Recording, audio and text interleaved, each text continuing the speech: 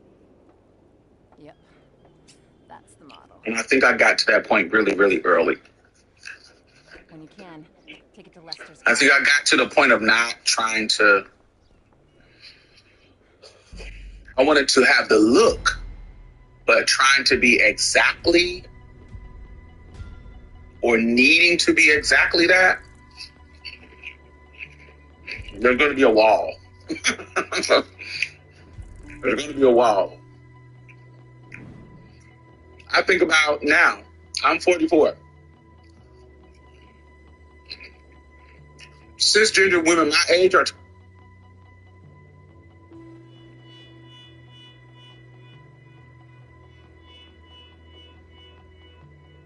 talking about perimenopause. I don't know nothing about that shit. Cisgender women my age are talking about fibroids. I don't know nothing about that shit. Don't want to know nothing about no periods. Don't want to know nothing about none of that shit. But that's a uniquely cisgender female conversation.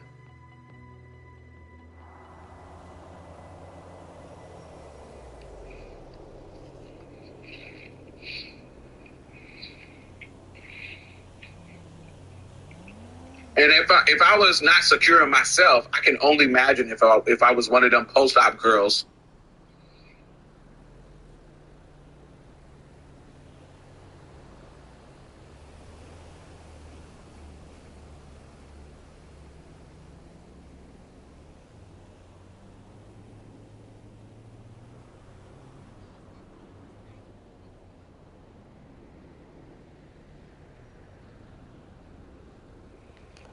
Who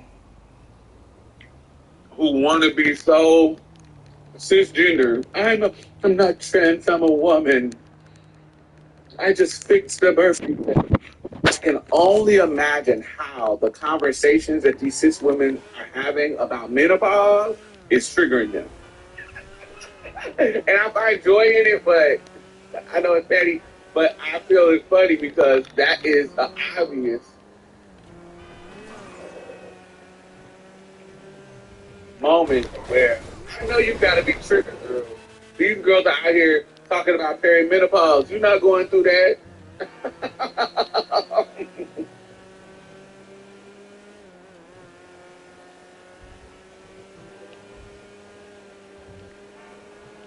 That has to be a reminder.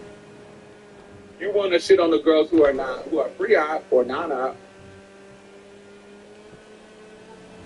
But these women are out here menopausing, girl. Hairy and men up. That gotta be triggering. There's always something. There gotta be something that's triggering me. That doesn't trigger me.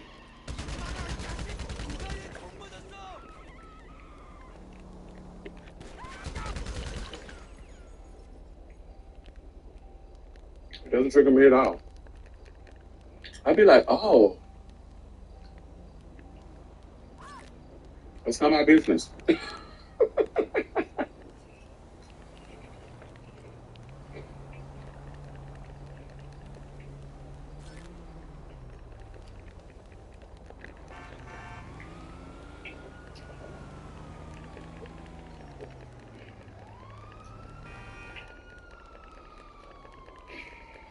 Yeah, I'm trying to That think was of other weird. things that. Also, another thing that's triggering is a lot of women our age got kids, and so, bitch, if you ain't got no kids, how you feeling? How that make you feel? Everything okay? Of course, there's some that don't, but it's something that can remind you that you're not cisgender. This a reminder. If you're trans, if we're just talking about the reminder of it, it's something that can constantly remind you. So what you looking for? But Yup. Gotta load up before you head out. if you're trying to assimilate to that level, that can be a harsh box to put yourself on, harsh, tight box to put yourself into. and constantly trigger your dysphoria. I am not that person.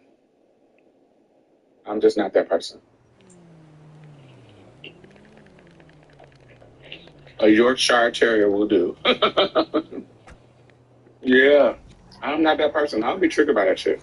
That's why when maybe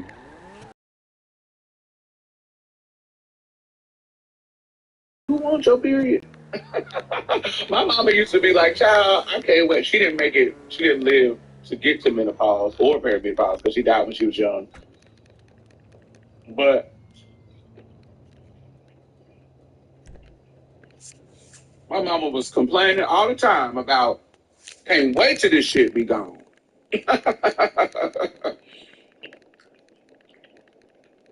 She's like, I can't wait till this shit be gone. She said, and I got my tubes tied. So this there ain't no point of this shit anyway. She used to always complain about that.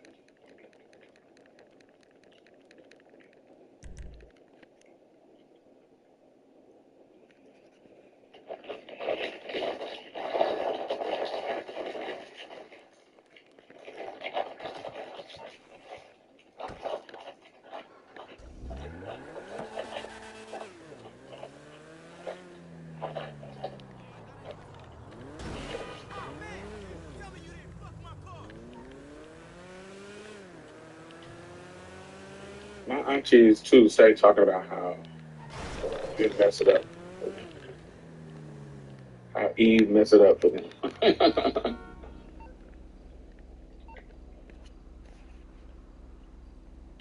Yeah, I can't do it.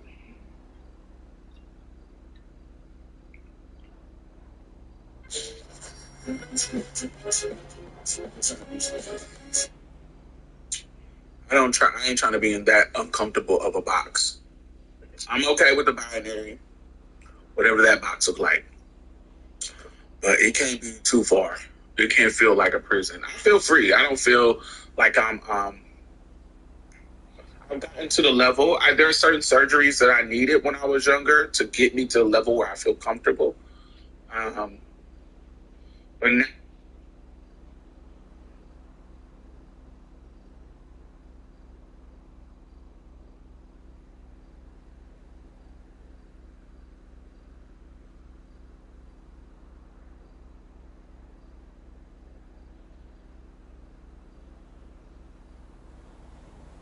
that I've done all of that, I'm not, and I've been to that level probably. I want to say since I was like 24, 24, 25, like 25. Yeah, once I got my body to where I was like, oh, my mug was already tea. Once I got my body where I needed to be, baby, I was out here in these streets living my life.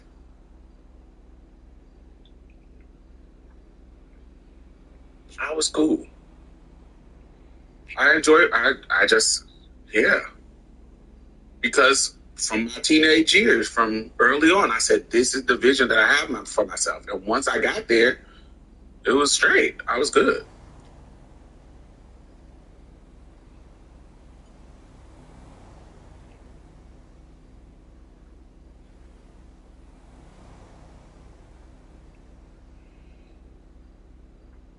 Mm. Well, all right, y'all. This was a good conversation. I hope that y'all were connecting the dots. Um, it is Monday, so everybody going back to work. But yeah, I appreciate y'all. Make sure you thumbs up if you are just getting in.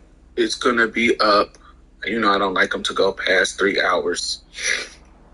Um, but yes, I will talk. But it could come out that because maybe you don't understand that there are some soft, um, straight men. Okay, but Neo he gives a particular kind of agate. Yeah, artsy soft. You know that. I met men like that. I met people like that. So he could absolutely be straight, but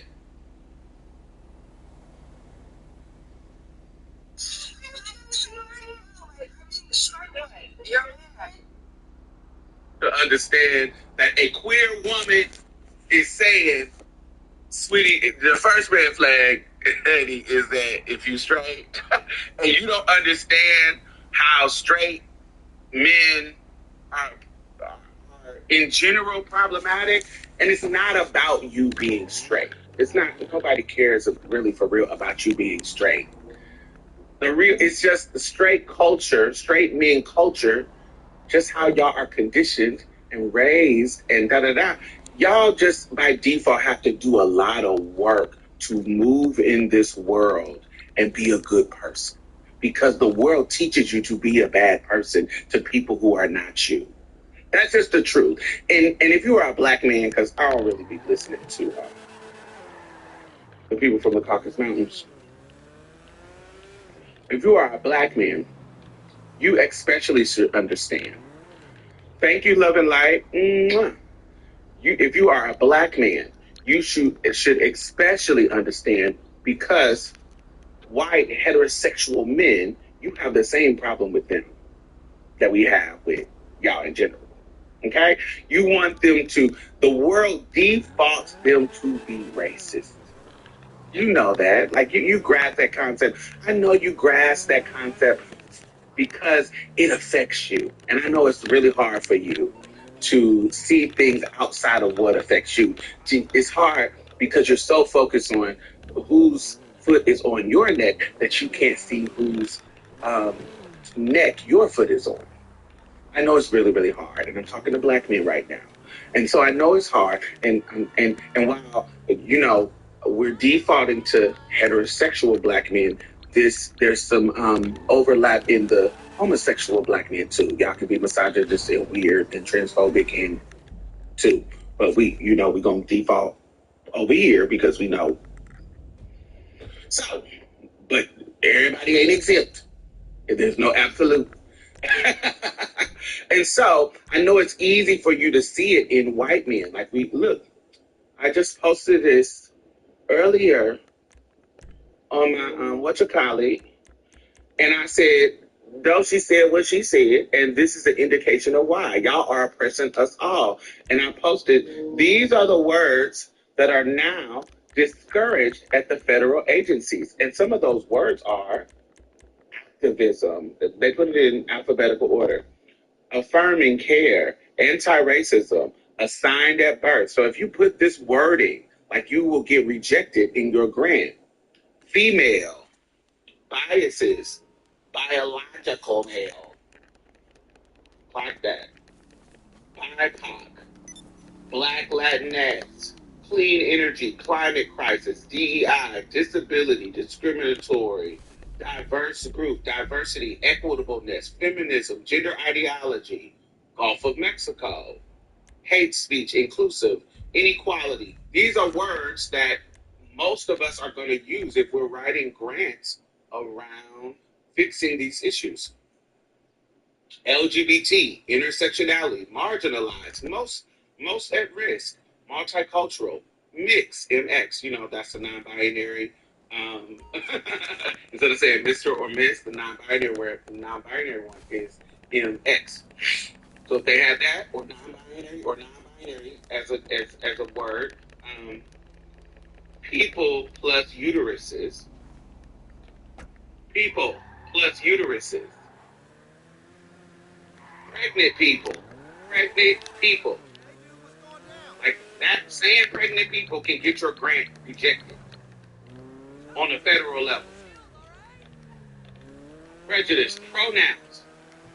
Yeah, I use pronouns, so we'll talk about that later. Um, Racial inequity, sexuality, social justice, socioeconomic, stereotypes, systematic, they, them, transgender, traumatic, unconscious bias, underprivileged, victims. So all of these words, the white men leadership have said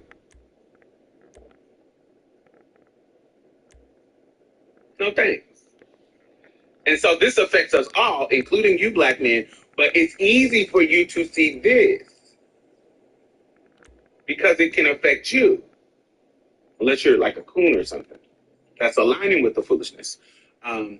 But this is what we mean is that in general, y'all have to do a lot of work to dismantle the conditioning, the default conditioning for you to be a better man in the world and moving around in society. And if you want to be a good person to your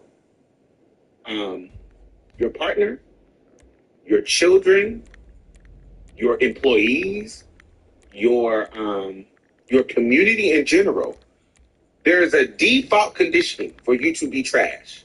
And so if you don't work through that, then you're going to be navigating in the world shady. And so for somebody who is queer, we can jokingly and unjokingly say being a straight heterosexual man is a red flag. And red flag just means a warning. That don't mean that you're not a good person. It's just a red flag. It's like, ooh, be careful here. Ooh, red flag, be careful. Maybe he might be a good one that has worked through the bullshit, but he might not be. So I wanted to lay that foundation for us to talk about. Got it? So are we on the same page with that? Are we on the same page? Any questions? Anybody unclear?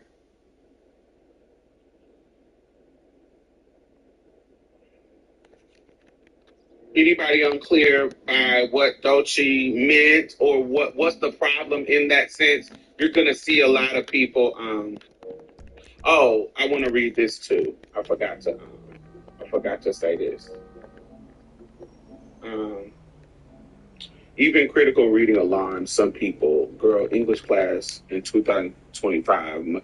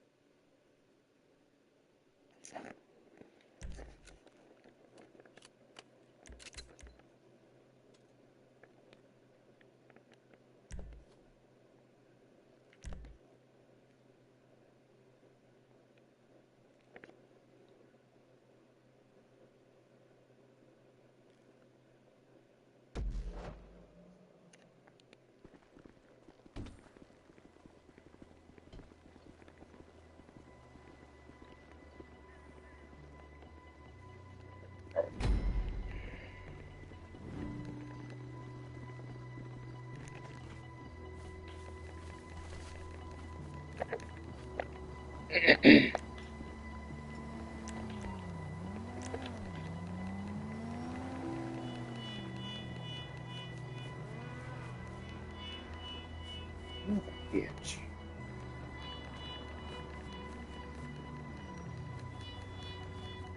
So, this guy's meeting you off the Western Highway just before Polito Bay. You got any friends who, like, totally overreact when you say something? Well, my friend Avi's kind of like that. A few years ago, I told him there was a warrant out on him, and he goes full hermit, like stealing food from trash cans, talking to the trees, sharking it with squirrels type hermit. I mean, I know guys who go into hiding and don't even change their golf club. The cops are not that smart or motivated. Okay, slight change of plans.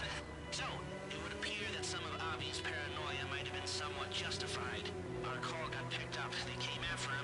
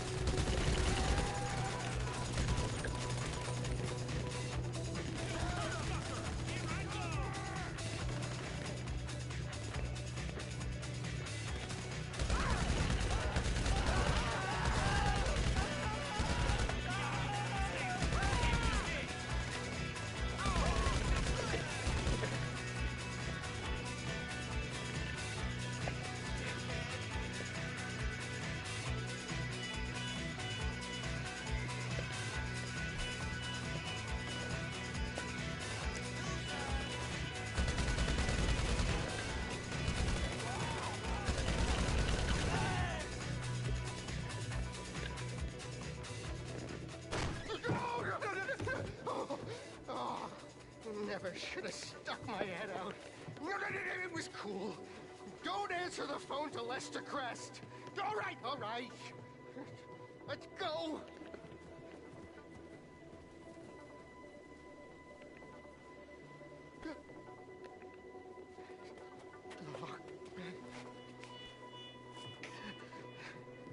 Let's get out of here.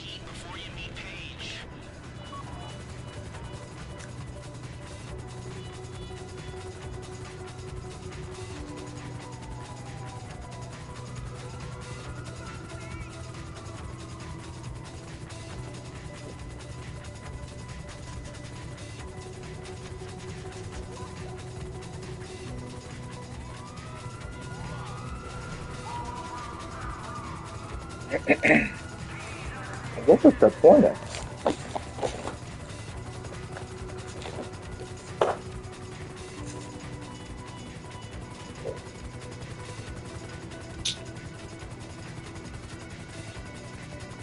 Shoot me in the head before they take me. You gotta destroy the brain, or they'll bring it back to life in a jar.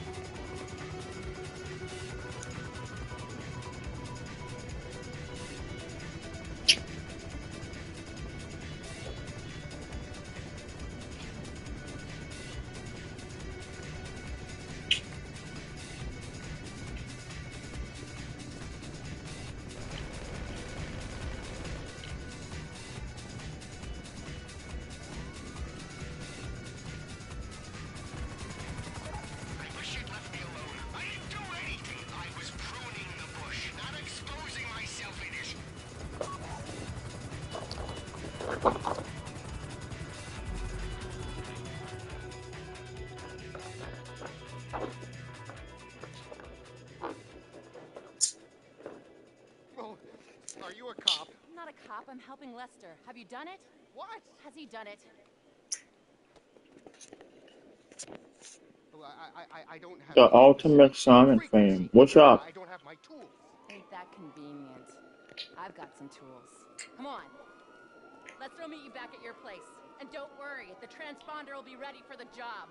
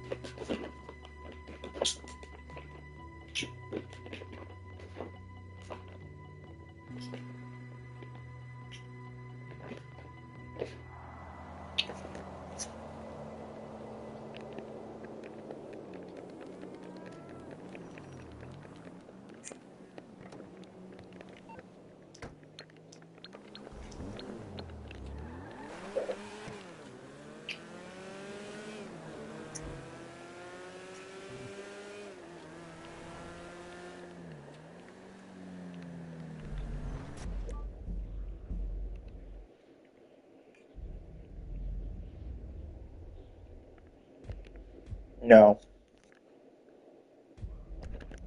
No.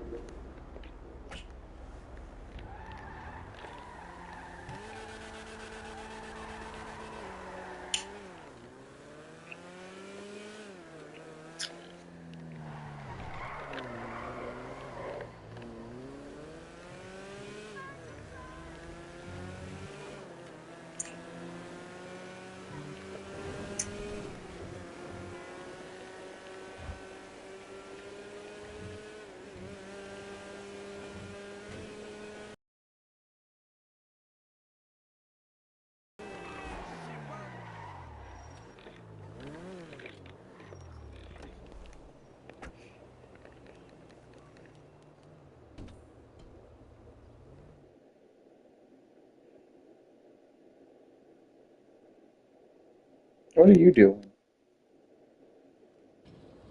Hmm?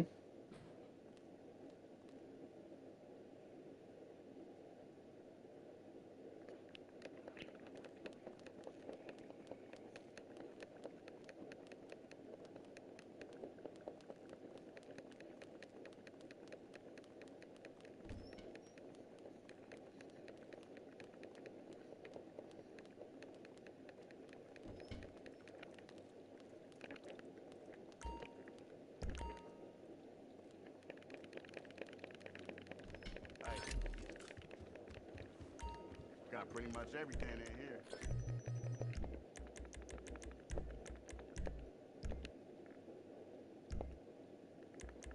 I'll be here if you need anything.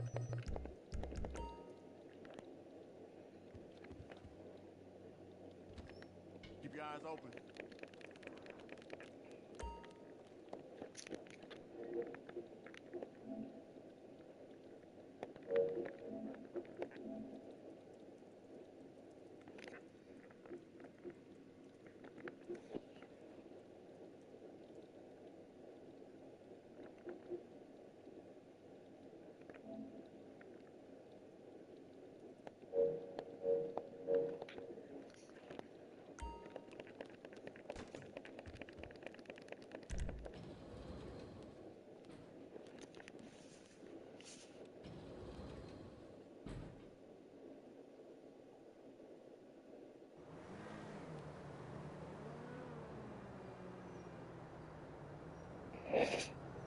can extend to even non-citizens, the powers that the executive holds over issues of immigration and foreign policy could significantly impact those rights. There's a lot we don't yet know to even evaluate whether a subjective determination for this particular green card holder presents such consequences, but we have questions like what specifically did he do during the protests that would rise to that bar? The administration suggests that he has led activities aligned to Hamas. What does that mean, and is it specific enough? Remember, saying anti-Semitic things about Israel, handing out flyers, is not on its face illegal given the First Amendment. Courts have also found that green card holders can be free from deportation based on speech alone. Can the government, though, prove that their interests overrides even that? Will a court defer or challenge? You can bet there's going to be a lot of appeals, a lot of hearings on this very issue. Already they're wrangling over whether courts in New York or Louisiana, where he's being held, should handle this case. And 9 Supreme Court justices may indeed already be expecting to weigh in ultimately. But the bottom line, based on what we know presently, yes, even with some legitimate free speech concerns having been raised, it is entirely legally possible for courts to extend deference to a Secretary of State's determination that deportation may be appropriate. But will they? Ahead, this is the last known image of a University of Pittsburgh student before she vanished in the Dominican Republic. Was it a tragic accident or something far more nefarious? The latest on the investigation is next.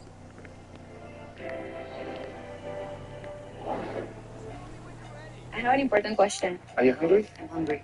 Perfect. 11 generations ago, one of my ancestors left Spain for the New World and a new life. 400 years later, I'm back. So excited. He also thinks some of his Republican colleagues are planning. We did it, Joe. We did it. Deficits, quote, We did it, Joe. We did it. So are Trump and Republicans backing away from their commitment to cut that $1.9 trillion deficit? Well, absolutely, but that's not new. If you go back to 2015 and 2016, President Donald Trump told us to balance the budget in 4 years and pay off all of our debt in 8 years. And instead, he racked up the worst 4 years of deficit, accumulated debt and deficit, well over $6 trillion of any president in history, until Joe Biden came along and did a little bit worse. We've got a $36 trillion debt. We've got a $1.8 trillion deficit from last year. Over 20% of our tax revenue now is being spent on debt service, and it's only going to go up unless we get people who act like Thomas Massey. So is there a lot of hypocrisy in Washington, D.C.? Absolutely. If the Democrats had proposed this legislation, if they'd been in the majority, it probably would have been a unanimous Republican vote against raising our debt ceiling by roughly $7.5 trillion during the Trump administration and $19 trillion over the next 10 years. That's not solving the problem. That's making it worse, and we're headed to national insolvency and bankruptcy as a result.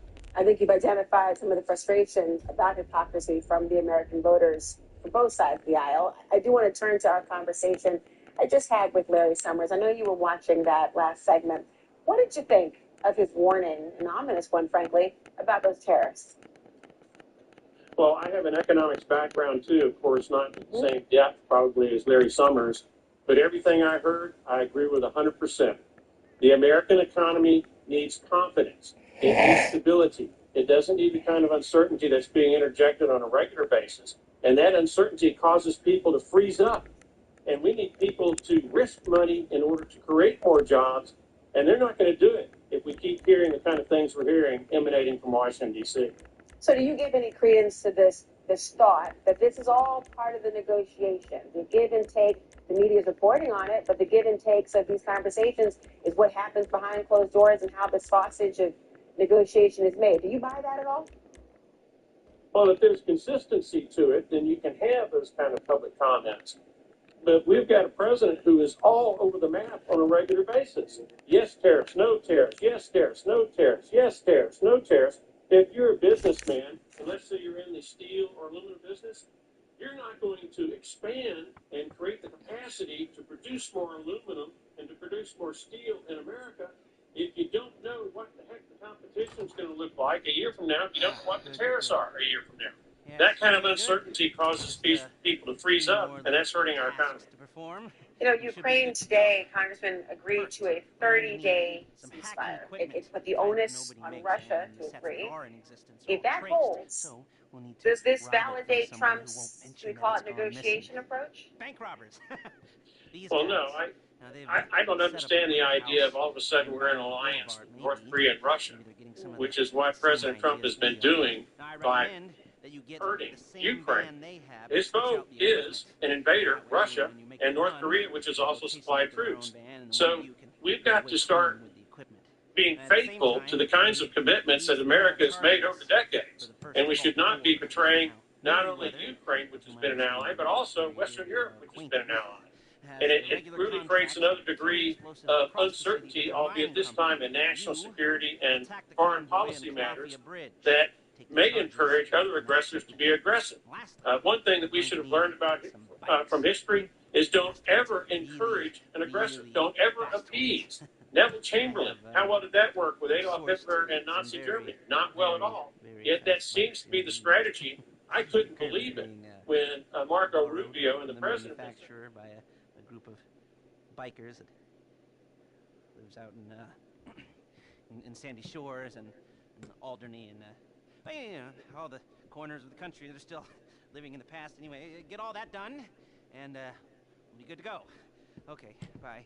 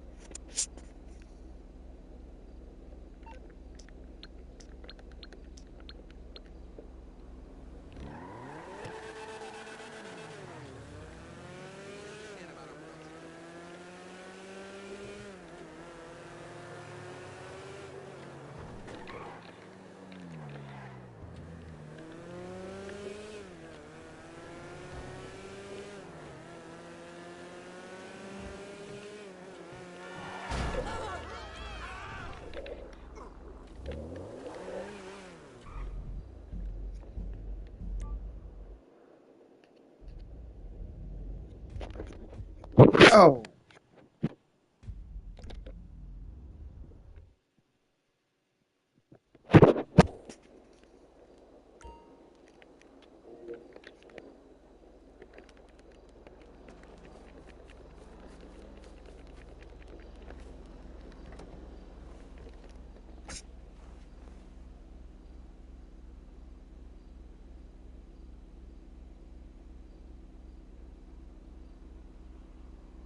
Years ago. And it's been a month where Moscow's really enjoyed a free ride.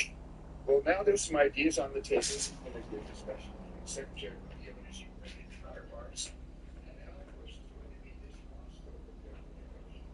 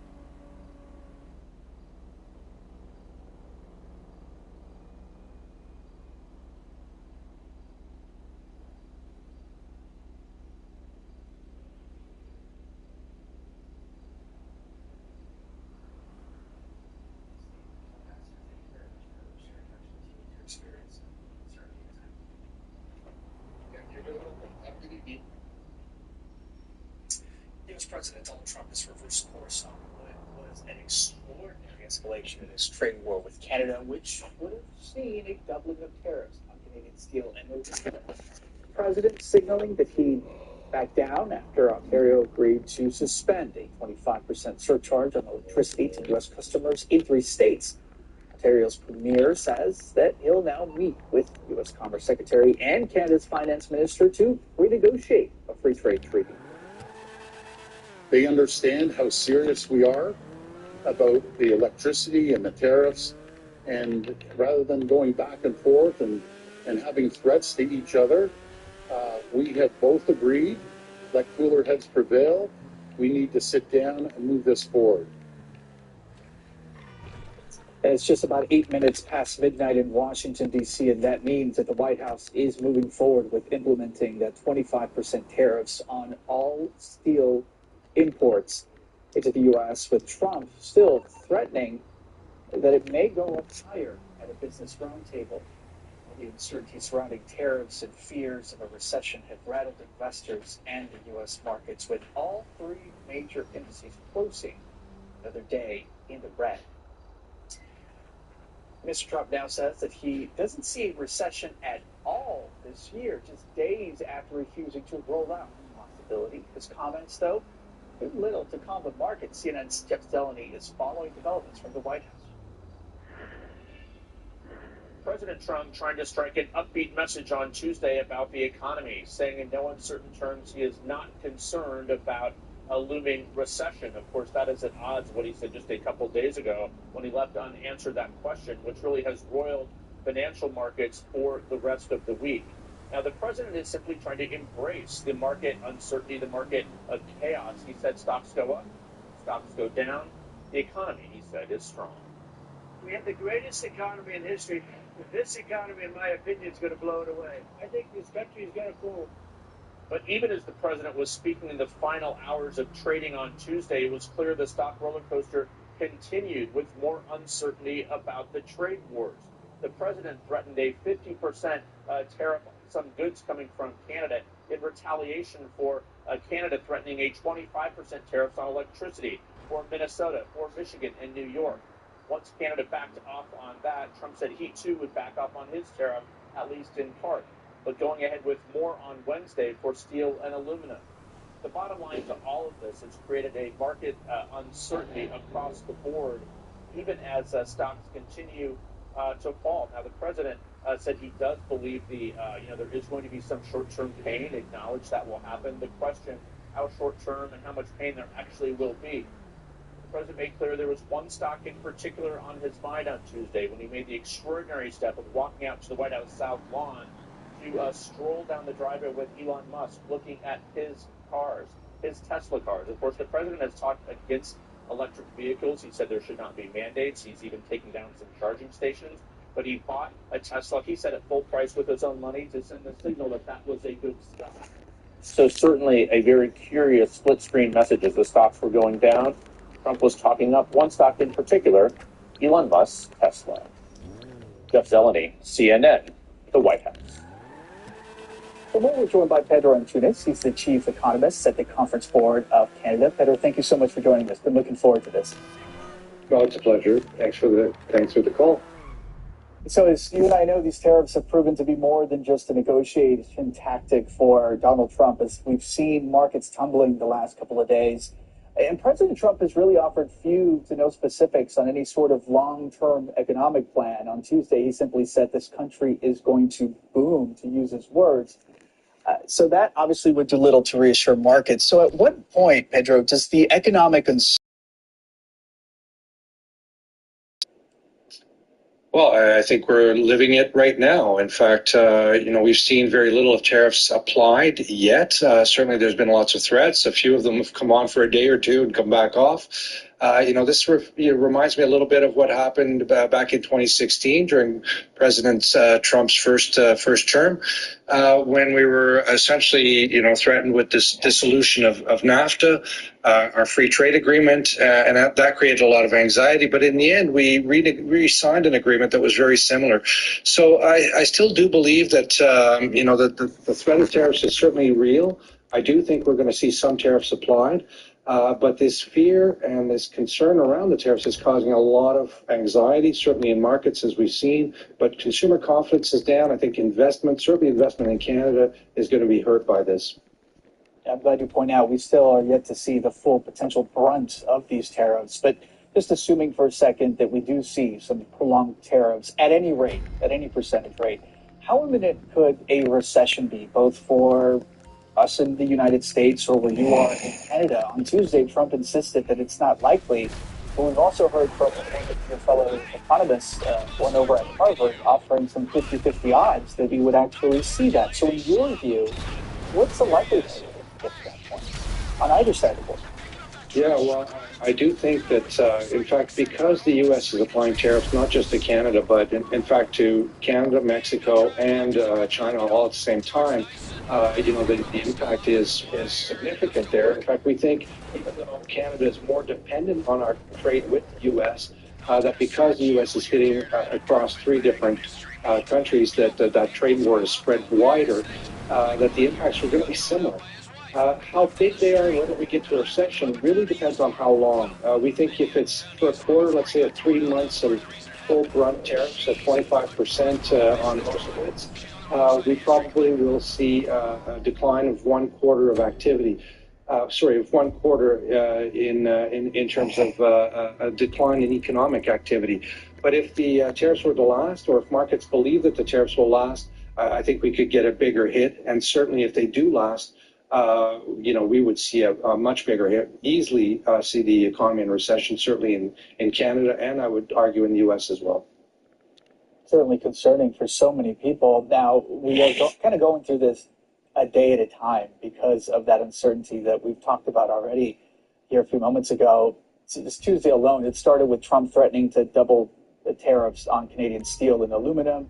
That then led Canada's provincial government, they're essentially rolling back its planned energy surcharges over in Ontario. So, in terms of those surcharges on the U.S. And then his press secretary over at the White House also shared this on Tuesday. Listen to it. The president is, again, responding to the fact that Canada has been ripping off the United States of America and hardworking Americans for decades. If you look at the rates of tariffs across the board that Canadians have been imposing on the American people and our workers here, it is egregious. So certainly there is this high level of confidence coming, at least from the White House press secretary there, Vidya. But I'm curious, just overall, do you think that Donald Trump could point to Tuesday's drama and say, see, it's working, even if it's caused turmoil in the stock market?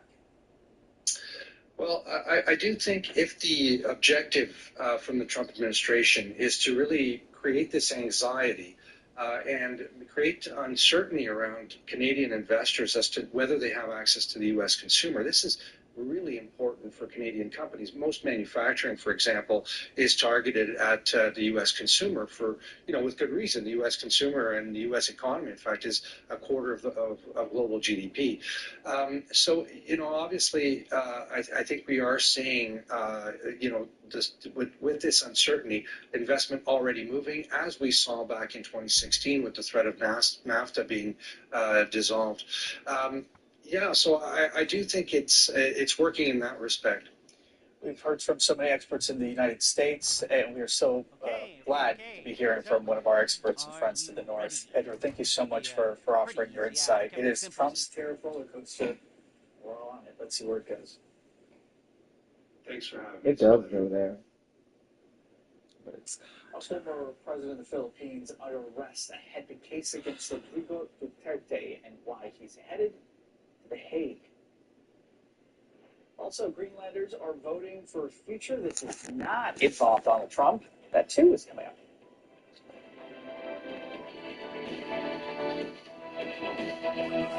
Are you sitting right now? It could be harming your health.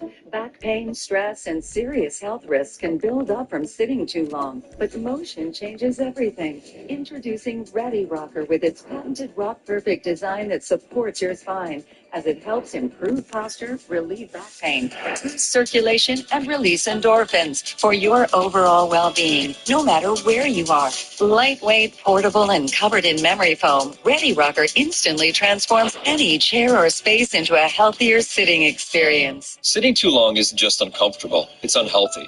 With Ready Rocker, we make sitting a healthier experience for people of all ages. From soothing babies to helping with posture, back pain, and stress, we discovered that rocking can truly improve lives. Sitting is the new smoking. A sedentary lifestyle, whether you're sitting at a desk or in a vehicle all day, is not good for the body to just stay in that same position. And that's why the Ready Rocker is so effective. The rocking motion constantly keeps you active and helps you ease pain, reduces stress. It actually releases endorphins in the brain. It's a mood booster. I used to be in pain all the time, but with Ready Rocker, I felt relief, and I'm in a better mood. I take it everywhere. I can literally feel the stress being taken off my joints while rocking. My back stopped hurting, my arthritis felt better. It's just wonderful. Now you can join the movement that's changing lives and helping thousands find relief. Call now or go online to get 35% off your purchase. We'll even ship it for free. Plus, you'll get this bonus canvas tote bag. Ready Rocker is changing lives one rock at a time. Now it's your turn to experience the relief for yourself. Call 1-800-591-8973 or go to GetReadyRocker.com. That's 1-800-591-8973 or go to GetReadyRocker.com. Call now. I'm Richard Karn, and I love my hose. My hose is lightweight. My hose will not kink. Come on. And my hose is anti-leak. It ain't those old hoses. This is my hose. The new pocket hose, Copper Bullet, now infused with real copper, so your water is always clean and lead-free. Just turn on the water and watch your hose grow and grow to a full-size 3/4-inch hose. It stretches and expands like a rubber band. And when you turn off the water, away it goes, shrinking and squeezing that water out until it's practically bone dry. And that makes it easy to carry and put away. Our new inner tube uses 3 layers of high-strength latex on the inside. Then it's wrapped in a new polymer filament jacket, similar to the technology used in forest fire hoses because it's light and tough, 3 times stronger than the other hoses. It's guaranteed for 10 years. nearly impossible to tear or snag. And the redesigned connector protector helps stop leaks at the spigot. But my favorite part of our new hose, the oversized, easy-to-grip fittings. Easy on and off, even with gloves. With more than 100 patents worldwide, it's the best pocket hose in the world. Get the super light 25-foot pocket hose copper bullet today for only $29.99. But wait, call now and get our copper spray nozzle with our exclusive thumb drive free. Simply use your thumb to turn off and on.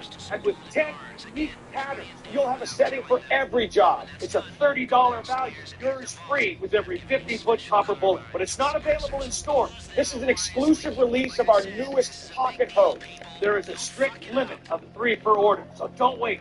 Order now. To order, call 1-800-372-7153 or visit copperbullethose.com. So call 1-800-372-7153 or visit copperbullethose.com. Order now. Gracie is about to have her best day ever on the runway.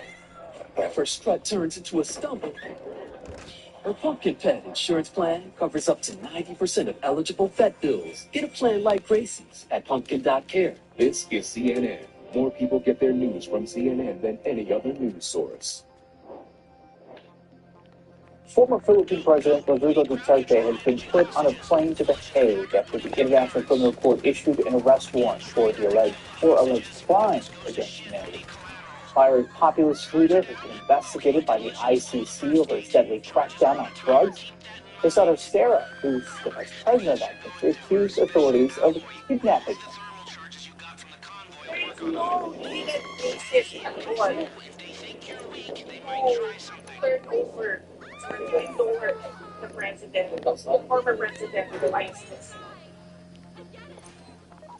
Meanwhile, you see here critics of the former president held a demonstration and vigil to show their support for his arrest and also to honor those killed in his war on drugs spanning 6 years.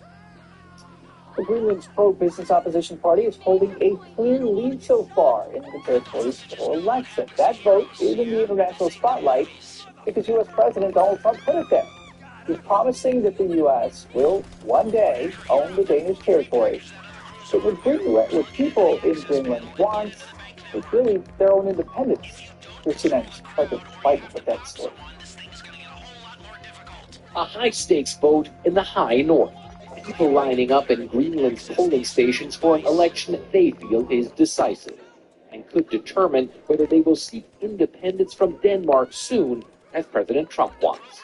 We don't want to be a part of the USA for obvious reasons like healthcare and Trump. But President Trump does very much want Greenland to become part of the U.S. And I also have a message tonight for the incredible people of Greenland. We need Greenland for national security and even international security, and we're working with everybody involved to try and get it. Fewer than 60,000 people live in Greenland, a semi-autonomous region of Denmark. But underneath the vast Arctic ice shield lie vast quantities of oil, gas, and rare earths. And global warming is causing that ice to melt fast. Greenland also hosts a radar for America's missile defense shield. President Trump saying its strategic location between America and Europe means the U.S. must have it. Trump even deploying his son Don Jr. on something of a fact-finding mission in January, with a documentary filmer showing him speaking to some local folks, most of them wearing MAGA hats. So you like the U.S.? I like you. Even putting his dad on speakerphone. You guys like that, right? But most here don't actually seem to like it that much. None of the major political parties favor joining the U.S., and threats from the Trump administration against Denmark, an important U.S. ally, including a reportedly fiery phone call between the president and Denmark's prime minister, caused a stern rebuke from Copenhagen. Greenland is today a part of the Kingdom of Denmark. It's part of our territory, and it's not for sale. The chairman, the leader of the Greenland, has been very clear that they are not for sale. Both the Danes and the Greenlanders making clear Greenland's future will be decided at the ballot box and not in the White House. For Letkin, CNN, Berlin. President Trump returning to his salesman roots. This time, he's promoting Tesla vehicles with his friend Elon Musk on the White House lawn. The public backlash to the Tesla CEO growth.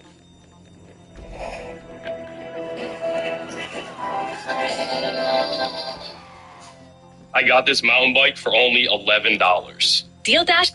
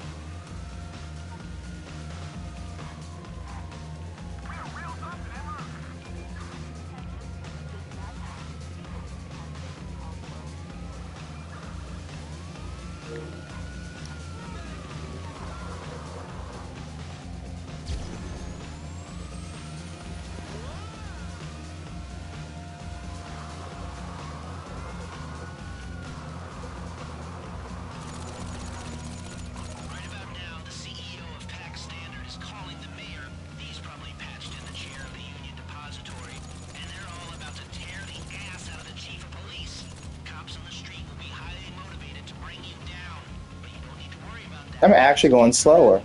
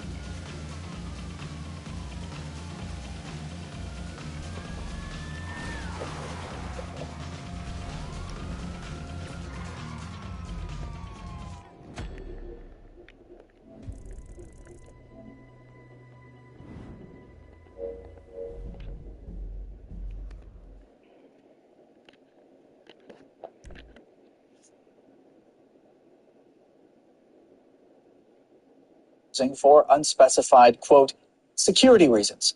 Hundreds will be laid off, in addition to those who took voluntary buyouts. Meanwhile, President Trump turned the White House lawn into a Tesla showroom for his friend and Tesla CEO, Elon Musk, the richest man in the world. The two posed in front of some shiny new Tesla vehicles in what was part press conference and I guess you could call it a sales pitch. Tesla sharing that they have been, or rather Tesla shares have been in a sharp slump recently as Musk's increasing efforts to cut the federal workforce have drawn significant public backlash and declining sales. I think he's been treated very unfairly by a very small group of people. And I just want people to know that you can't be penalized for being a patriot. And he's a great patriot. While also tracking blowback against Tesla, which has taken many forms, from protests at car dealerships to vandalism. Some Tesla owners, fed up with Musk, are now ditching their vehicles, but others saying... Ditching their vehicles. Here's CNN's Jason Carroll with their story. Tesla vehicles Ditching their vehicles. at this car lot in Seattle over the weekend. The cause still under investigation. A fire erupted at a Tesla charging station in Littleton, Massachusetts, after police say vandals targeted that center last week. This person caught on camera throwing a Molotov cocktail at a Tesla showroom in Oregon after police near Portland responded to shots fired at the same location. It comes as protests have broken out across the country.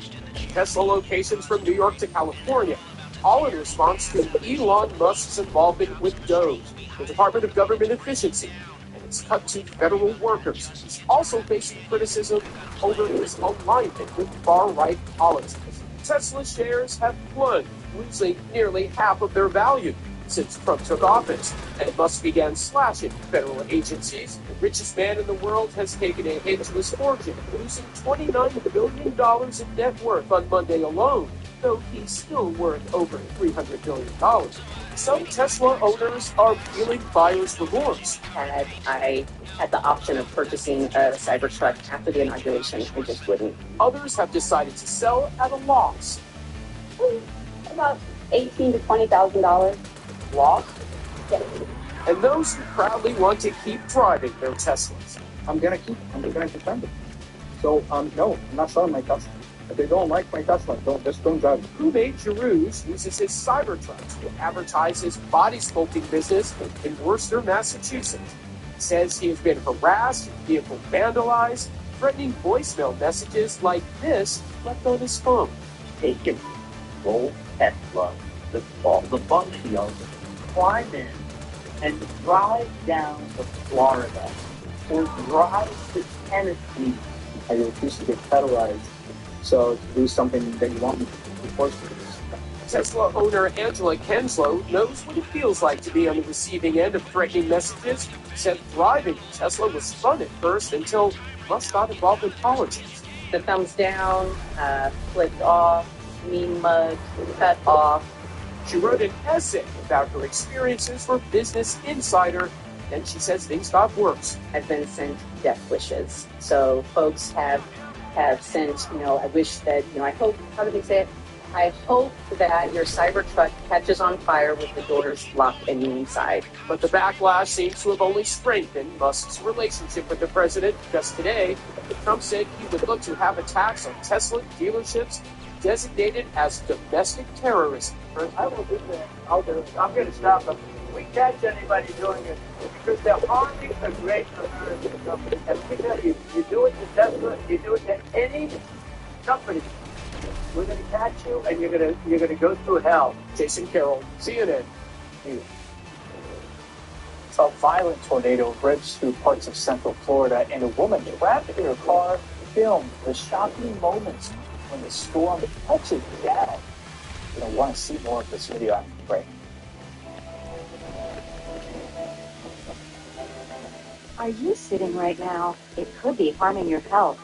Back pain, stress, and serious health risks can build up from sitting too long, but motion changes everything. Introducing Ready Rocker with its patented Rock Perfect design that supports your spine as it helps improve posture, relieve back pain, boost circulation, and release endorphins for your overall well-being. No matter where you are, lightweight, portable, and covered in memory foam, Ready Rocker instantly transforms any chair or space into a healthier sitting experience. Sitting too long isn't just uncomfortable, it's unhealthy. With Ready Rocker, we make sitting a healthier experience for people of all ages. Treating babies, helping with posture, back pain, and stress, we discovered that rocking can truly improve lives. Sitting is the new smoking. A sedentary lifestyle, whether you're sitting at a desk or in a vehicle all day, is not good for the body to just stay in the same position. And that's why the Red Rocket is so effective. The rocking motion constantly keeps you active and helps you ease pain, reduces stress. It actually releases endorphins in the brain. It's a new step. I used to be in pain all the time, but with Ready Rocker, I felt relief. And I'm in a better mood. I take it everywhere. I can literally feel the stress being taken off my joints while rocking. My back stopped hurting, my arthritis felt better. It's just wonderful. Now you can join the movement that's changing lives and helping thousands find relief. Call now or go online to get 35% off your purchase. We'll even ship it for free. Plus, you'll get this bonus canvas tote bag. Ready Rocker is changing lives one rock at a time. Now it's your turn to experience the relief for yourself. Call 1-800-591-8973 or go to GetReadyRocker.com. That's 1-800-591-8973 or go to GetReadyRocker.com. Call now. I'm Richard Carr. My hose will not kink, and my hose is anti-leak. It ain't those old hoses. This is my hose. The new pocket hose Copper Bullet, now infused with real copper, so your water is always clean and lead-free. Just turn on the water and watch your hose grow and grow to a full-size 3/4-inch hose. It stretches and expands like a rubber band. And when you turn off the water, away it goes, shrinking and squeezing that water out until it's practically bone dry. And that makes it easy to carry and put away. Our new inner tube uses 3 layers of high-strength latex on the inside. Then it's wrapped in a new polymer filament jacket, similar to the technology used in forest fire hoses because it's light and tough, 3 times stronger than the other hoses. It's guaranteed for 10 years. Nearly impossible to tear or stain. And the redesigned connector protector helps stop leaks at the spigot. But my favorite part of our new hose build, the oversized, easy-to-grip fittings. Easy on and off, even with gloves. With more than 100 patents worldwide, it's the best pocket hose in the world. Get the super light 25-foot pocket hose Copper Bullet today for only $29.99. But wait, call now and get our copper spray nozzle with our exclusive thumb drive free. Simply use your thumb to turn off and on. And with 10 unique patterns, you'll have a setting for every job. It's a $30 value. Yours free.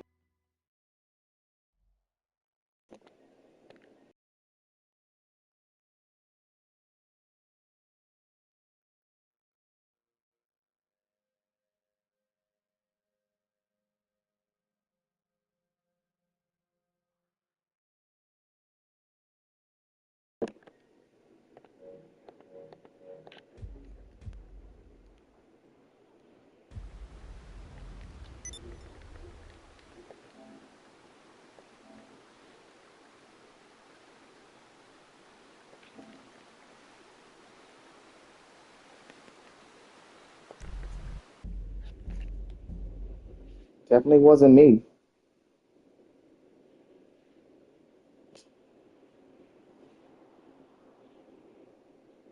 Valeria Leon in Mexico City, and this is CNN. Ay, Dios mío. Ay, Dios mío.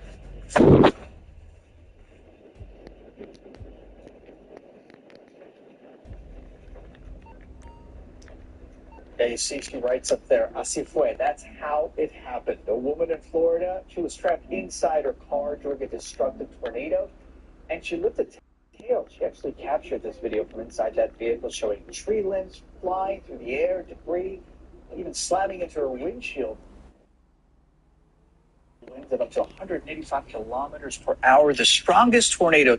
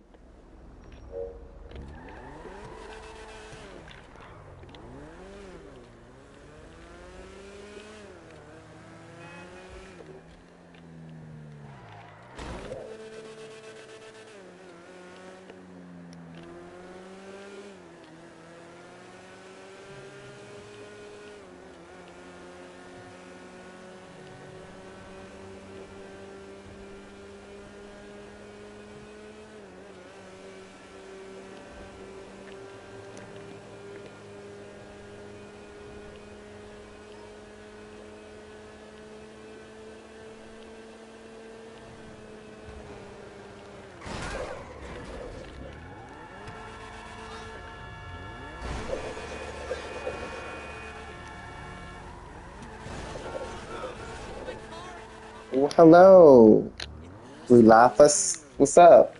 What's going on?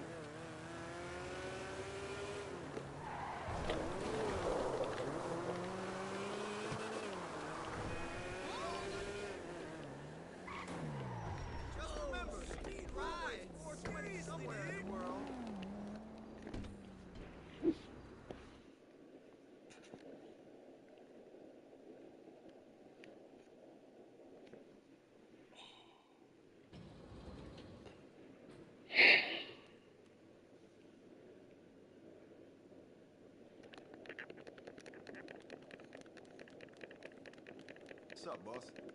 I'll be here.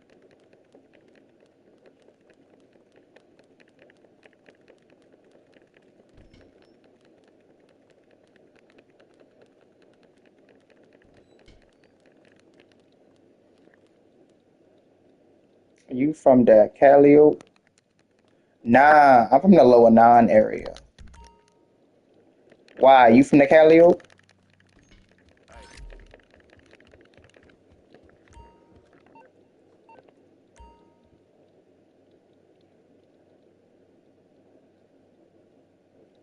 Yeah, I don't fuck with weed. Makes me anxious. But every time Lamar walks in smiling like that, I want to try it again. Well, I wouldn't say that. Not anymore. Maybe pre-Katrina, but not anymore. Keep your eyes open.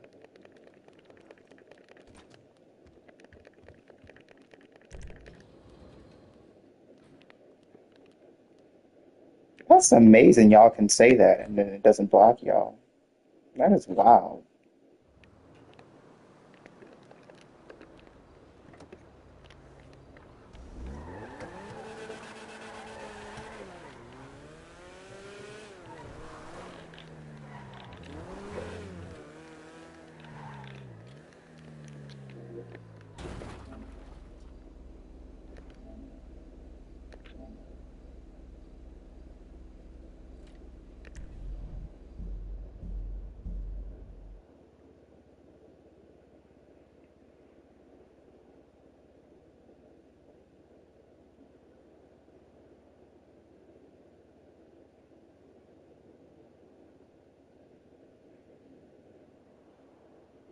Oh my God, today, hurry up.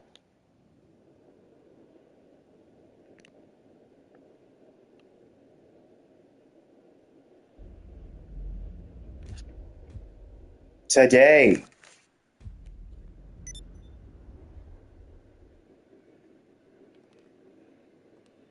To hit that county in more than 25 years. Lucky to be alive.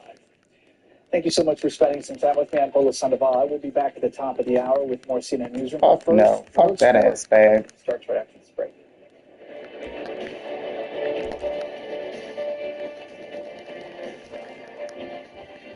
I got this mountain bike for only $11. DealDash.com. Online auction since 2009. I got these 3 suitcases for less than $40. I got these blue.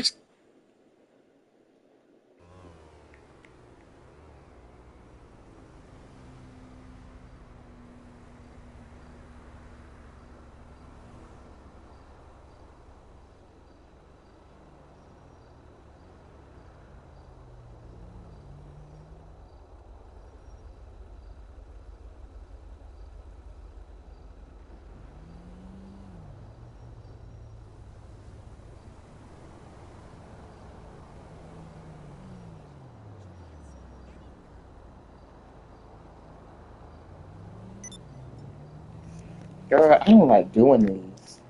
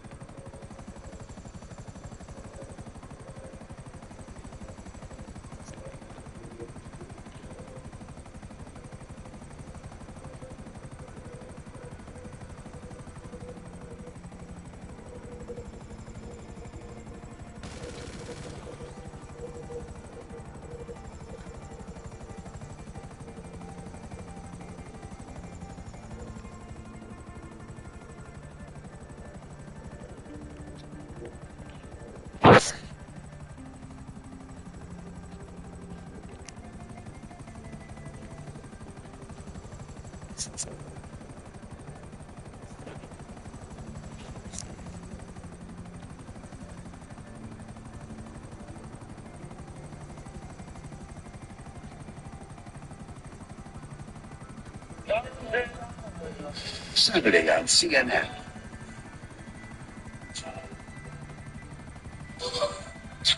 What excites me the most is being able to do what I love, is being able to inspire others.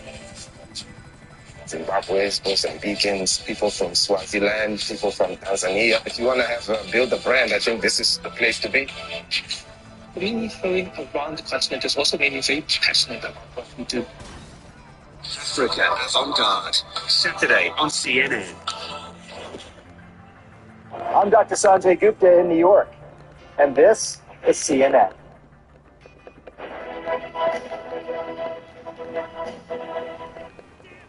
A 30-day pause in fighting proposed by the U.S. And former Philippine President Rodrigo Duterte is headed to the Hague's International Criminal Court, where he faces accusations of crimes against humanity.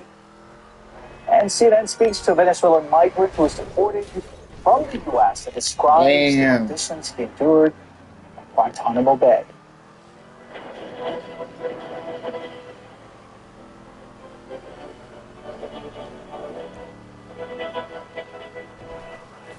Russia is facing even more pressure to halt the war in Ukraine now that Kiev has signed on to the 30-day ceasefire proposed by the United States.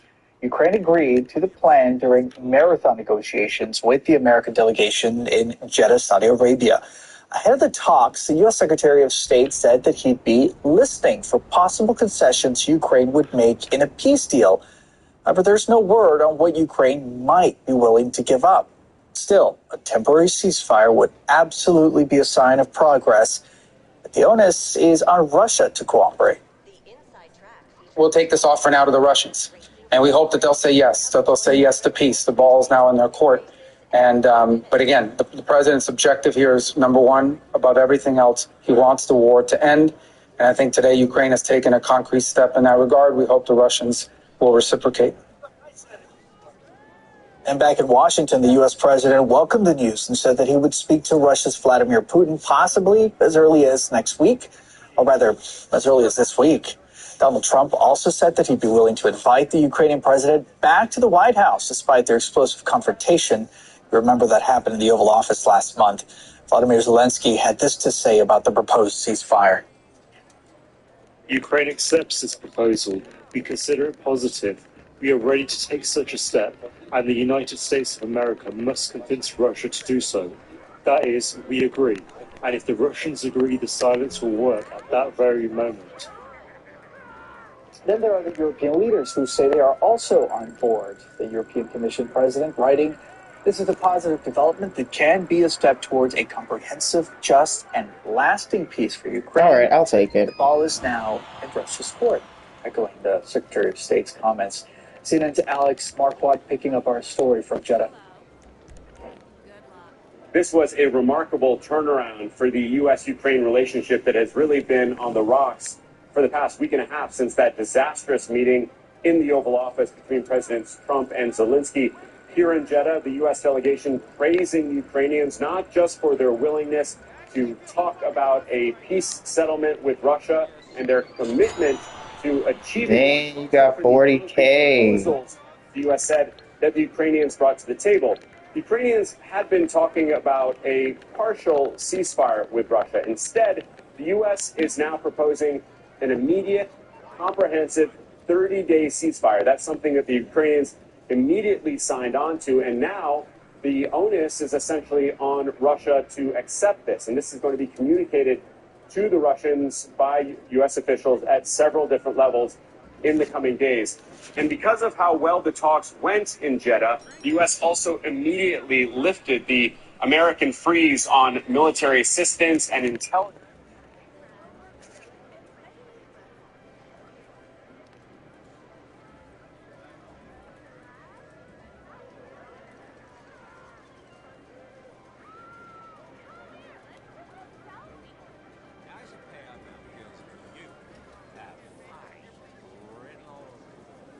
That is so crucial to the Ukrainian efforts to defend themselves against the Russians. So two very notable outcomes from these talks here in Jeddah. The ball is now very much in Russia's court, as Secretary Rubio said, and it remains to be seen how Moscow is going to respond to this new American pressure.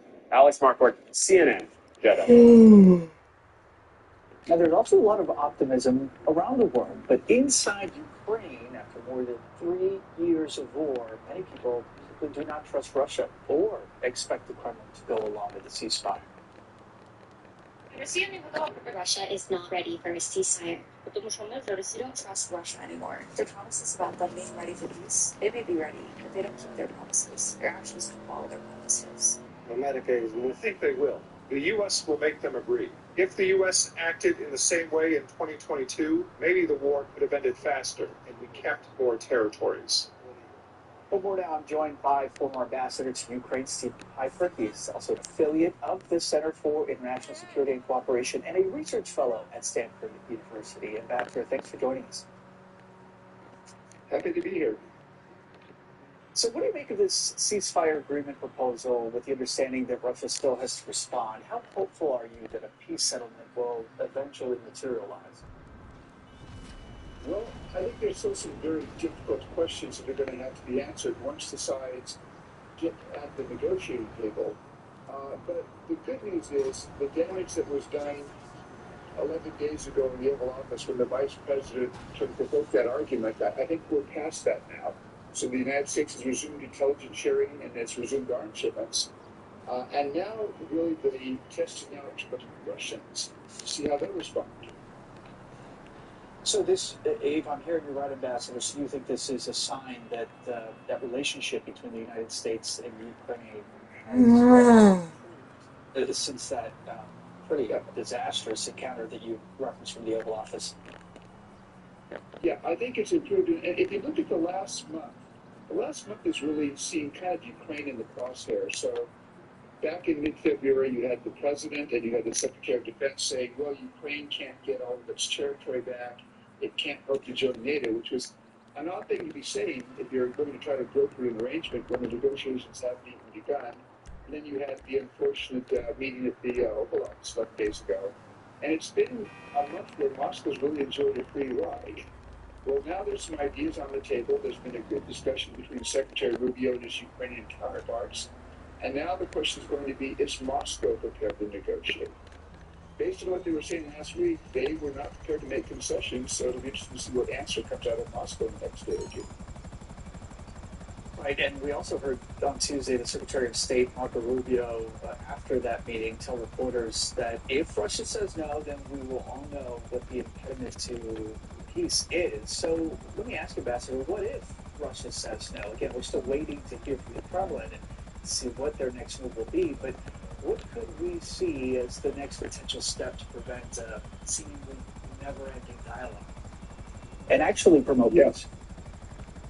Well, I think the next step would be, my recommendation would be, is that the administration has a lot of leverage it could use on Russia if it chose to do so. So it could tighten sanctions. It could ask Congress for more military assistance funding for Ukraine. It could work with other members of the G7 to begin moving to seize the $300 billion in frozen Russian central bank assets. Those steps would begin to make it clear, I think, to the Kremlin that if you don't get serious about a negotiation, this war is only going to be more Russian casualties, more pressure on the Russian economy. And so you want to create a situation where the Kremlin sees real costs to not negotiating seriously. That would increase, I think, the chances that the Kremlin would begin to look for a more accommodating position. And I'm glad you mentioned earlier, too, what we heard from President Putin recently about him essentially digging his heels in terms of any sort of compromise, any sort of concession. But also, do you think that the Russian president will have to be real here in terms of at least considering any sort of concession if he wants to agree to this deal? So in exchange, do you think that he may expect any guarantees from the Ukrainians? Well, I mean, the ones who I think actually need the guarantees for their security are really the Ukrainians, who are quite concerned that if you do a deal now, but Ukraine does not have adequate security commitments, that the Russians could try a round two of the war, maybe 3 or 4 years down the road after they've rebuilt their military. So I think really the object here is to persuade Putin that his economic, military, and political costs are only going to rise if he doesn't begin to look for common ground. I think Zelensky on the Ukrainian side has already indicated he's prepared to show some flexibility. We've got to push both sides there. But at the end of the day, if Putin's saying, I'm going to make no concessions, no compromises, the negotiation's not going to succeed. If Putin doesn't move, at the end of the day, the Ukrainians may say, we didn't get enough. And the Ukraine also has the option of saying, this is not a good enough agreement, we're prepared to keep on fighting. And I just had an exchange with the Ukrainian friend today who basically was saying, yes, at the end of the day, we're given a deal that doesn't, address some of our concerns. Oh my God! To keep fighting and defending our land. Yeah, that conversation we had there, Ambassador, is fascinating and really quite sobering too. That there's still a lot at stake here as we wait to hear from the Kremlin, Ambassador. Thank you so much for this insight. That big question: will Russia agree? And if we do see a ceasefire, will they honor it? That is all yet to be seen. So, Ambassador, thank you very much for sharing your expertise, your experience, and certainly your time. Yeah, you're very welcome. Have a good evening. We are a little over an hour into a 25% tariff on all steel and aluminum imports into the U.S. It went into effect at midnight, imposed by the Trump administration. This comes just hours after the U.S. president backed off his threat to double that to 50% for Canada. An escalation of a trade war between the two countries. And that reversal from Donald Trump came after Ontario agreed to suspend a 25% surcharge on electricity for import U.S. customers in 3 states. Ontario's Premier, here he is, he now says that he will be meeting with the U.S. Commerce Secretary and Canada's Finance Minister to renegotiate a free trade deal.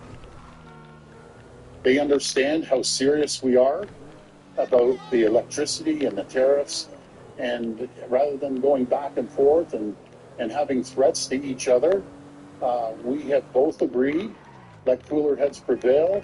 We need to sit down and move this forward.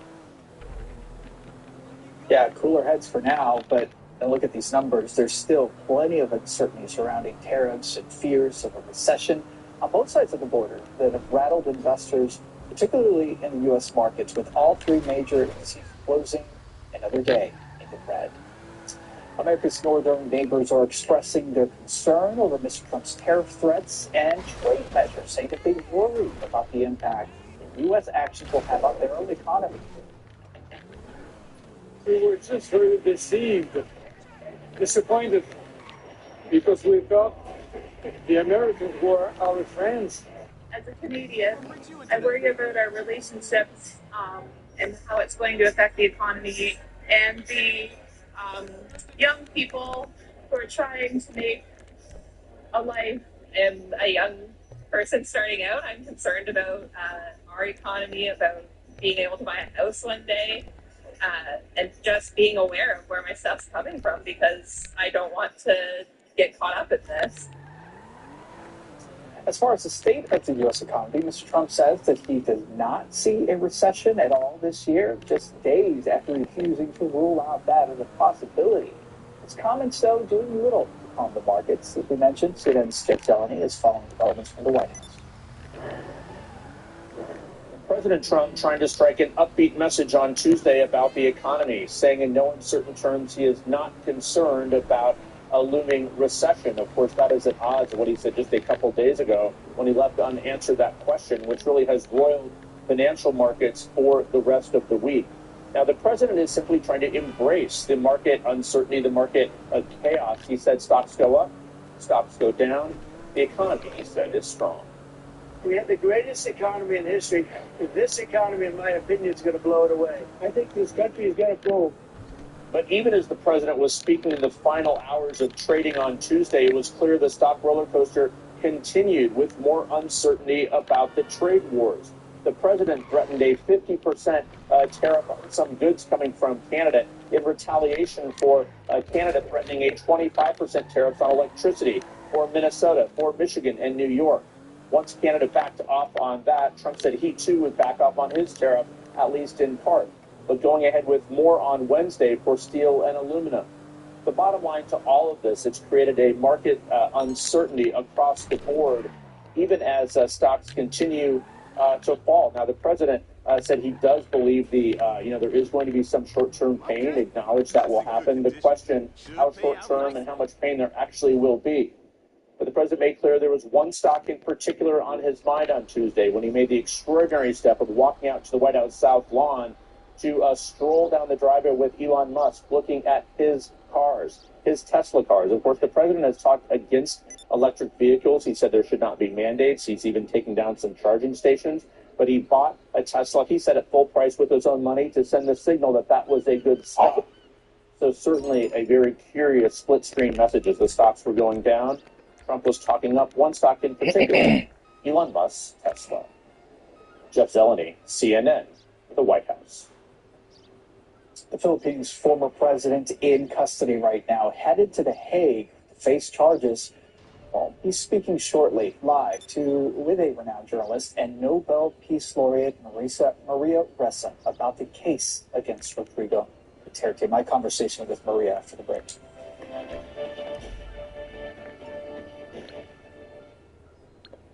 are you sitting right now? It could be harming your health. Back pain, stress, and serious health risks can build up from sitting too long. But motion changes everything. Introducing Ready Rocker with its patented Rock Perfect design that supports your spine as it helps improve posture, relieve back pain, boost circulation, and release endorphins for your overall well-being, no matter where you are. Lightweight, portable, and covered in memory foam, Ready Rocker instantly transforms any chair or space into a healthier sitting experience. Sitting too long isn't just uncomfortable, it's unhealthy. With Ready Rocker, we make sitting a healthier experience for people of all ages. From soothing babies to helping with posture, back pain, and stress, we discovered that rocking can truly improve lives. Sitting is the new smoking. Sedentary lifestyle, whether you're sitting at a desk or in a vehicle all day, is not good for the body to just stay in that same position. And that's why the Ready Rocker is so effective. The rocking motion constantly keeps you active and helps you ease pain, reduces stress. It actually releases endorphins in the brain. It's a mood booster. I used to be in pain all the time, but with Ready Rocker, I felt relief. And I'm in a better mood. I take it everywhere. I can literally feel the stress being taken off my joints while rocking. My back stopped hurting, my arthritis felt better. It's just wonderful. Now you can join the movement that's changing lives and helping thousands find relief. Call now or go online to get 35% off your purchase. We'll even ship it for free. Plus, you'll get this bonus canvas tote bag. Ready Rocker is changing lives one rock at a time. Now it's your turn to experience the relief for yourself. Call 1-800-591-8973 or go to GetReadyRocker.com. That's 1-800-591-8973 or go to GetReadyRocker.com. Call now. I'm Richard Karn, and I love my hose. My hose is lightweight. My hose will not kink. And my hose is anti-leak. It ain't those old hoses. This is my hose. The new Pocket Hose Copper Bullet. Now infused with real copper, so your water is always clean and lead-free. Just turn on the water and watch your hose grow and grow to a full-size 3/4-inch hose. It stretches and expands like a rubber band. And when you turn off the water, away it goes, shrinking and squeezing that water out until it's practically bone dry. And that makes it easy to carry and put away. Our new inner tube uses 3 layers of high-strength latex on the inside. Then it's wrapped in a new polymer filament jacket, similar to the technology used in forest fire hoses. Check this out. Let's say you want to build your own pond, okay? ESPN Bet now has profit boosts that you can use. Years. Nearly impossible to tear or snag. And the redesigned connector protector helps stop leaks at the spigot. But my favorite part of our new hose build, the oversized, easy-to-grip fittings. Easy on and off, even with gloves. With more than 100 patents worldwide, it's the best pocket hose in the world. Get the super light 25-foot pocket hose copper bullet today for only $29.99. But wait, call now and get our copper spray nozzle with our exclusive thumb drive free. Simply use your thumb to turn off and on. And with 10 unique patterns, you'll have a setting for every job. It's a $30 value, yours free with every 50-foot copper bullet. But it's not available in stores. This is an exclusive release of our new... Or visit copperbullethose.com. So call 1-800-372-7153 or visit copperbullethose.com. Order now. Tracy is about to have her best day ever on the runway. Her strut turns into a stumble. Her pumpkin fat insurance plan covers up to 90% of eligible vet bills. Get a plan like Gracie's at pumpkin.care. I'm Eleni Jokos in Dubai, and this is CNN. Welcome back. Former Philippine President Rodrigo Duterte has been put on a plane to The Hague after the International Criminal Court issued an arrest warrant for alleged crimes against humanity. The fiery populist, you'll remember him. He was a leader who's been investigated by the ICC over his deadly crackdown on drugs spanning many years. His daughter Sarah, who is the Philippine vice president, told the Philippine Star newspaper that this amounts to what she described as oppression and persecution. There is no legal basis at all to turn over or to endorse the president, the former president of ICC. As she defends her father, critics, they've been holding demonstrations and a vigil to show their support for this arrest and also to honor the lives of those killed in this war on drugs. Our next guest has been a vocal critic of Duterte and has been arrested during his time in power on charges that many deem politically motivated, charges that we should say were later dismissed. We're really happy to have Maria Ressa joining us. She is the CEO of the Philippine news outlet Rappler. She was a joint winner of the Nobel Peace Prize 4 years ago in her efforts to safeguard the freedom of expression. Maria, it is a pleasure to have you with us tonight. Thank you so much. Thanks for having me.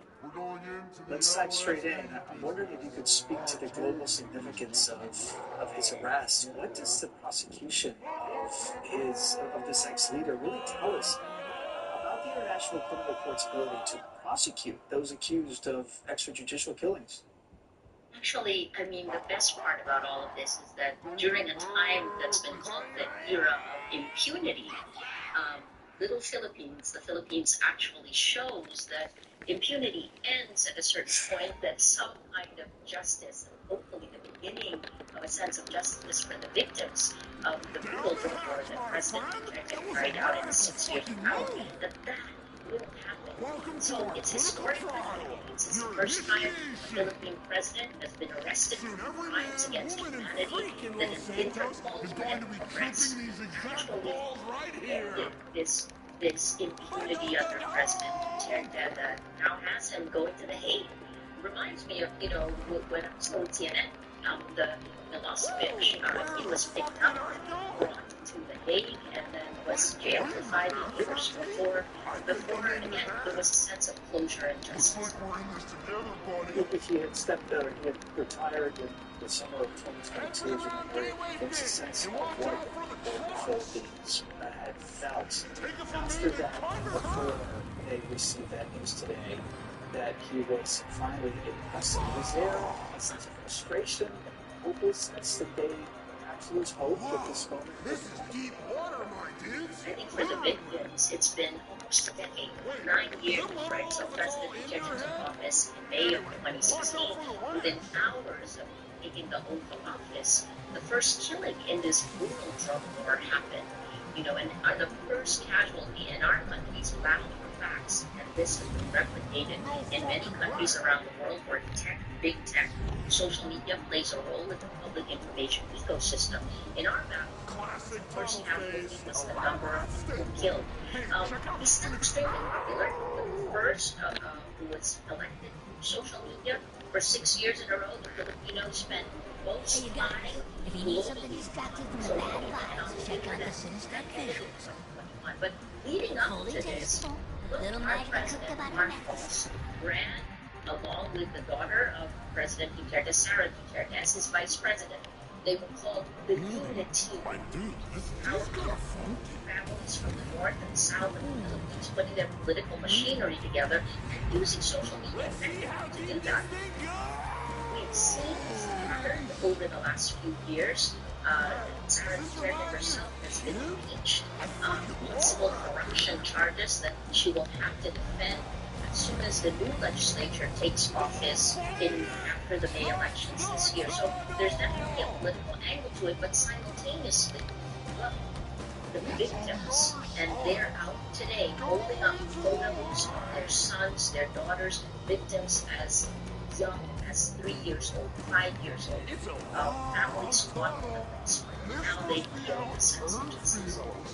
Yeah, that's what was my next question, which was more about the political dynamics and also really to encapsulate the families that have been at the center of this. And I also have to ask Maria about the reporting Duterte's bloody war on drugs. It really the target of this crackdown, as we mentioned earlier, in the crackdown of the press. So I wonder, how are you able to carry out your research with reporting in the face of threats from your government? With great difficulty. And I think in some ways, America is going through a version of what we lived through. And I am both Filipino and American, and to see this happen in my two countries is heartbreaking. Look, in 2017, the social media attack targets began to target me with hashtag arrest Maria arrest. I've come from almost 2 decades running the Manila Bureau and then the Jakarta Bureau for CNN, and then hashtag arrest Maria arrest. It was like fertilizer. I was arrested 2 years later in 2019, and then 10 arrest warrants, 10 criminal cases filed against me in Rappler. We fought that. It's been almost a decade, and after President Duterte left office, we began to win the cases. Just a reminder, within 6 months of taking office, Duterte became the most powerful leader the Philippines had ever known. Our Constitution is set up, Pattern Act of the United States, 3 co-equal branches of government, a Bill of Rights enshrining freedom of the press, freedom of expression, and yet that chilling effect, when someone targets you with legal cases, so it was social media attacks followed by lawfare, it's not just a chilling effect. The threat, the shutdown of Rappler, we should have died in 2018, but in many cases what we did is we never gave up our rights. You have to hold the line on the rights guaranteed by the Constitution, and for that, I was threatened with, cumulative almost, actually, 103 years in prison. We've come out of that. We're continuing doing our jobs. We did it with great difficulty, but the point is, do not voluntarily give up your rights. And at some point, that Martin Luther King quote, some sense of justice comes. It could take a while, almost a decade, and I still have 2 cases that are live. I could still face 7 years in prison. It's at the Supreme Court. I had to ask the Supreme Court for approval to travel. I don't even know what to say, You can continue fighting for your rights. was that? Well, Vidya, as you say, carried out with extreme difficulty, but I would also add with extreme bravery and work that has earned you that Nobel Peace Prize. Maria, thank you so much. We'd be remiss to also acknowledge former CNN's Manila Bureau Chief as well. Maria, a pleasure having you on air tonight. Thank you for what you do, and continue to do.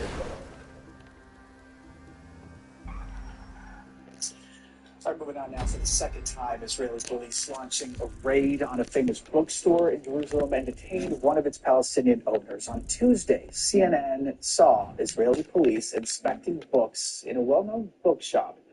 According to the store owners, police did not show any search warrants, but confiscated several books, including some by Noam Chomsky and historian Rashid Khalidi. Last month, Israeli police raided the same bookstore and its Arabic language branch and also detained 2 of the owners for allegedly selling books, quote, containing incitement and support for terrorism. At least that's what authorities claimed. Here's how one of them described the incident. Any book that had the word Palestine, had a flag, had colors, had any expression of a national or political identity of the Palestinians became possibly a suspect's book. Many Israelis fear that this is a further escalation of the government's crackdown on free speech since the October 7th Hamas attacks. The American dream is now, and really just something else.